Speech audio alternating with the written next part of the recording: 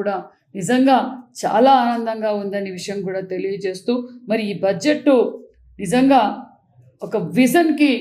ఒక మారు పేరు అనే విషయాన్ని కూడా మీకు అందరికీ తెలియజేస్తూ, మరి ముఖ్యంగా పేదలకు, మరి ఎంప్లాయీస్కి, వ్యాపారస్తులకు, అన్ని వర్గాల వారికి అనుకూలమైన బడ్జెట్ అనే విషయం కూడా తెలియజేస్తూ, ప్రతి సాధారణ ఉద్యోగికి మరి ఈ బడ్జెట్ వల్ల 60,000 నుంచి ₹1,00,000 దాకా ఆదా అవుతుందనే విషయం తెలియజేస్తూ,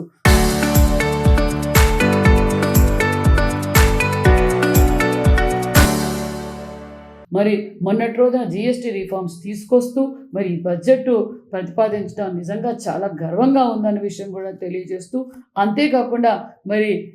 మన రాష్ట్రానికి మరి పెద్దపీట వేశారన్న విషయం కూడా తెలియజేస్తూ, మాన్యశ్రీ ముఖ్యమంత్రి చంద్రబాబు నాయుడు గారు విజనరీ లీడర్, ఈ రాష్ట్రం కోసం అహర్నిశలు కష్టపడుతూ మరి కేంద్రంతో చర్చించి మరి ఈరోజు మన రాష్ట్రానికి కూడా మరి చాలా విషయాల్లో, అన్ని విధాల్లో కూడా ఒక మంచి బడ్జెట్ను మనం కేటాయించడం కూడా చాలా గర్వంగా ఉందనే విషయం తెలియజేస్తూ, ముఖ్యంగా మరి ఫైనాన్స్ మినిస్టర్ నిర్మలా సీతారామన్ గారికి నిజంగా, ఎందుకంటే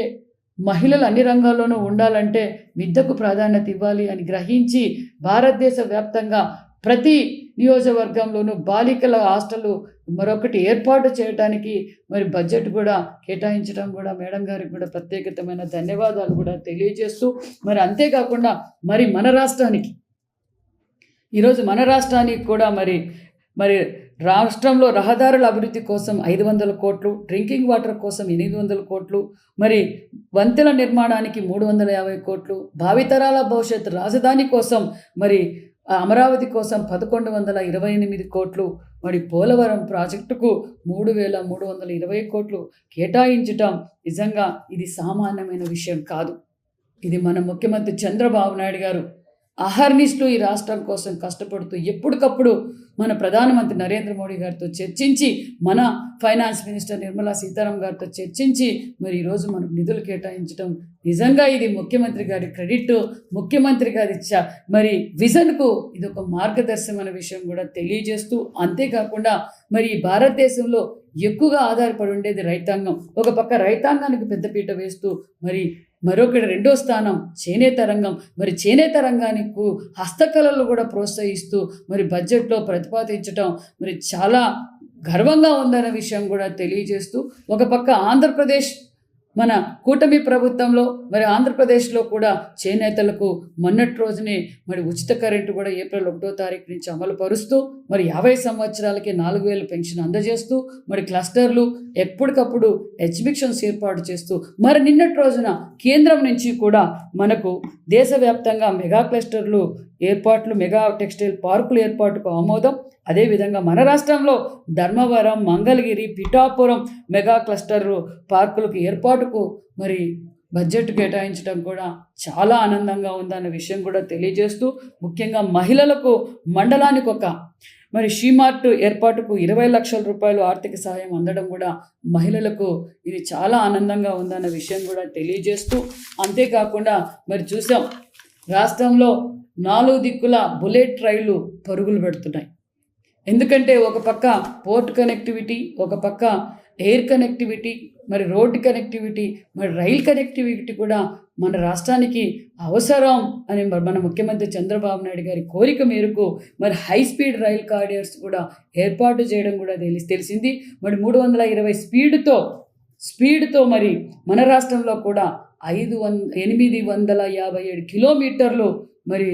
ఈ శాంక్షన్ కావడం భారతదేశంలో మరి ఎక్కడా లేని విధంగా హైయెస్ట్ 857 కిలోమీటర్లు హై స్పీడ్ రైలు కూడా మనకి ఏర్పాటు చేయడం కూడా చాలా ఆనందంగా ఉంది. అందులో మన జిల్లాకు కూడా మరి సుమారుగా 11 జిల్లాల మీదుగా మరి దుద్దేబండ, మరి హిందూపూర్ అక్కడ కూడా స్టేషన్స్ ఏర్పాటు చేయడం కూడా కారిడార్స్ కూడా మరి ఏర్పాటు చేయడం కూడా జరుగుతుందన్న విషయం తెలియజేస్తూ, ఇది ఈ హై స్పీడ్ కారిడార్స్ ఏర్పాటు చేయడం వల్ల మరి సామాన్యమైన ప్రజలకు, మరి ఎంప్లాయీస్కు, మరి వ్యాపారస్తులకు,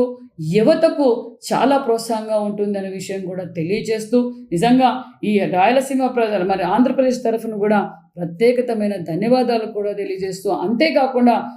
మన జిల్లా కూడా సోమందపల్లి, మరి తూముకుంట నుంచి సోమందపల్లికి 4 లైన్ రోడ్ కూడా శాంక్షన్ చేయడం, అందుకు 270 కోట్లు నిధులు కూడా కేటాయించడం చాలా ఆనందంగా ఉందనే విషయం కూడా తెలియజేస్తూ, మరి ఒక పక్క ఇరిగేషన్ ప్రాజెక్టులు, ఒక పక్క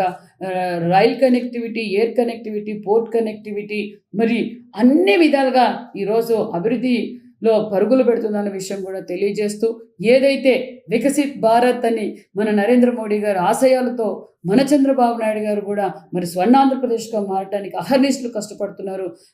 మొత్తంగా మరి తెలుగు రాష్ట్ర ప్రజలందరి తరఫున మరి కేంద్రానికి ప్రత్యేకమైన ధన్యవాదాలు కూడా తెలియజేస్తూ thank you. Local to global news at your finger tips. మీ చేతిలో ఒక ఆయుధం. Download R TV app. Media legend Ravi Prakash is back.